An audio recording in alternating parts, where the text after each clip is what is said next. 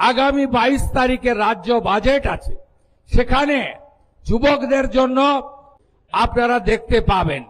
নমস্কার, এখন বর্তমানে শুভেন্দু অধিকারী বললেন 22 তারিখ আমাদের রাজ্য বাজেট আছে এবং ওখানেই উনি ঘোষণা করবেন যুব শক্তি ভরসা কার্ড নিয়ে। তো অর্থাৎ আপনারা আগে যে আপনারা বাংলার যুবসাথী স্কিমটা পেতেন 1,500 টাকা করে, ওটা তো এখন বর্তমানে বন্ধ হয়ে গেছে।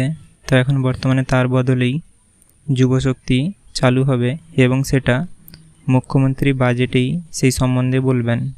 তাহলে আমাদের রাজ্য বাজেট 22 তারিখ থেকে শুরু হচ্ছে এবং তখনই মুখ্যমন্ত্রী বলেছেন যুবকদের নিয়ে কিছু প্রকল্প থাকবে।